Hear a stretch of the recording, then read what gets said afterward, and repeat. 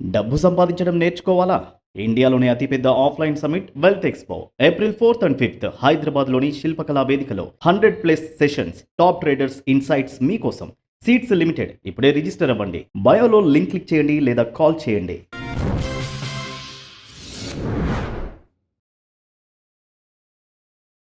Gold మీద ఇప్పుడు invest చేయొచ్చా చేయకూడదా? సో నెక్స్ట్ ఇప్పుడు గోల్డ్ అనేది ఎలా ఉండబోతోంది అనేది ఈ వీడియోలో మనం తెలుసుకుందాం. ఈ వీడియో ఎండ్ వరకు చూడండి. Hello guys, welcome to social post finance. This is Nihal.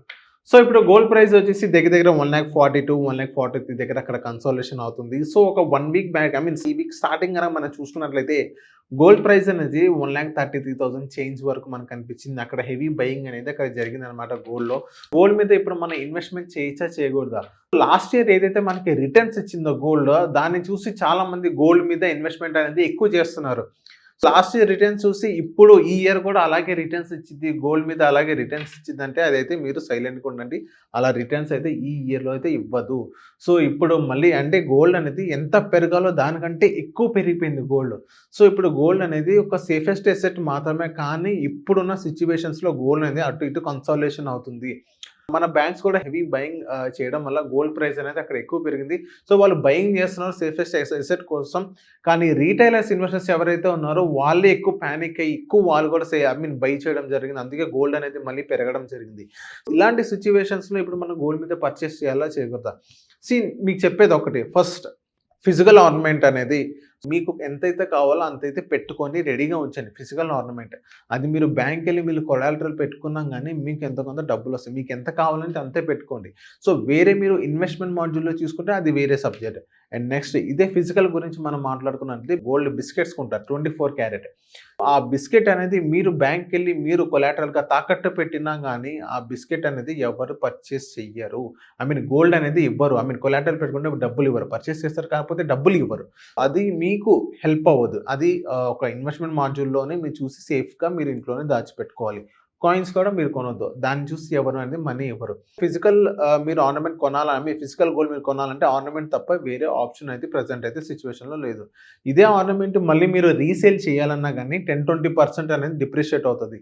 అది కాల్చి ఇంత ముద్ద చేసి మళ్ళీ దానిపైన మళ్ళీ ప్యూరిటీ అనేది చెక్ చేస్తారు. ఇలా అంటే మీకు 10-20% అనేది అక్కడ డిప్రిషియేట్ అవుతుంది. ప్యూర్ మీరు 24 క్యారెట్ తీసుకున్నా కానీ కొలాటరల్ మీకు ఎప్పుడైతే లిక్విడిటీ కావాలో అది మీకు అయితే దొరకదు. ఈ ప్రాబ్లం ఉంది ఫిజికల్ ఆర్నమెంట్లో. ఫిజికల్ గోల్డ్లో ఆర్నమెంట్ రూపంలో మీ కన్జంప్షన్ పర్పస్ అయితే okay, it's well and good. అదే మీరు ఇన్వెస్ట్మెంట్ మాడ్యూల్లో మీరు చూసుకున్నట్లయితే డిజిటల్ గోల్డ్ ఉండి, ఈటీఎఫ్స్ ఉన్నాయి, ఫండ్ ఆఫ్ ఫండ్స్ ఉన్నాయి. ఈ ఫార్మాట్లో మీరు వెళ్ళండి.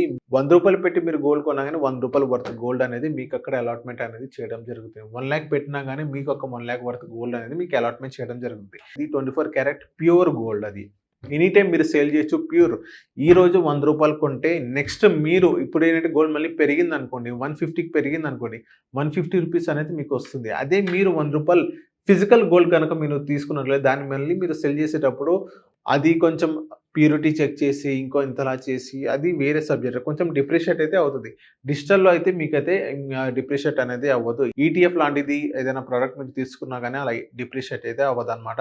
ఇది గోల్డ్ గురించి. సో ఎవరైతే మీరు ఇన్వెస్ట్మెంట్ మాడ్యూల్లో చూస్తున్నారో మీరు ఈటీఎఫ్స్ అనేది మీరు పర్చేస్ చేయండి. అదే మీరు కన్జంప్షన్ పర్పస్ తీసుకున్నట్లయితే కన్జంప్షన్ పర్పస్ అయితే మీరు తీసుకోండి. అది ఒక ఇన్వెస్ట్మెంట్ మాడ్యూల్ అయితే కాదు.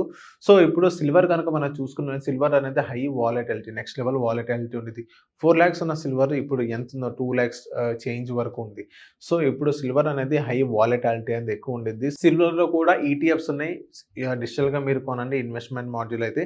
సిల్వర్ ఎప్పుడు పెరుగుతుందో ఎప్పుడు తగ్గుతుందో ఎవరికి తెలియదు. లాస్ట్ ఇయర్ ఉన్నంత హ్యూజ్ డిమాండ్ అంత అప్రిషియేట్ అయితే అవ్వదని నాకు అనిపిస్తుంది. ఇంకోటి ఏంటంటే సిల్వర్ అనేది ఒక ఇండస్ట్రియల్ మెటీరియల్. సోలార్ ప్లాంట్స్లో కానీ ఈవీస్ బ్యాటరీస్లో కానీ ఇలా ఎక్కువ యూస్ చేస్తారు. అదొక ఇండస్ట్రియల్ మెటీరియల్ లాగే మనం చూడాలి. సో ఫిజికల్గా మీరు కొనాలనుకుంటే ఏదైనా ఆర్నమెంట్స్ లాగా మీరు చేయించుకోవాలనుకుంటే చేయించుకోండి, ప్రాబ్లం ఏం లేదు. ఇన్వెస్ట్మెంట్ మాడ్యూల్ అయితే మీరు కొంచెం కాషియస్గా ఉండాలి. సిల్వర్లో హ్యూజ్ మీరు లాంగ్ రన్ అయితే ఏదైనా పెరిగే అవకాశం ఉంది. అది 5 years పైనే అనుకోవచ్చు. ఇది గోల్డ్ అండ్ సిల్వర్లో. సో మీకు ఎలా అనిపించిందో కింద కమెంట్ చేయండి. గోల్డ్ అండ్ సిల్వర్లో ఇన్వెస్ట్ చేసే ముందు చాలా జాగ్రత్తగా ఇన్వెస్ట్ చేయండి. ఈ వీడియో నచ్చితే మా ఛానల్ని ఫాలో అండ్ సబ్స్క్రైబ్ చేయండి.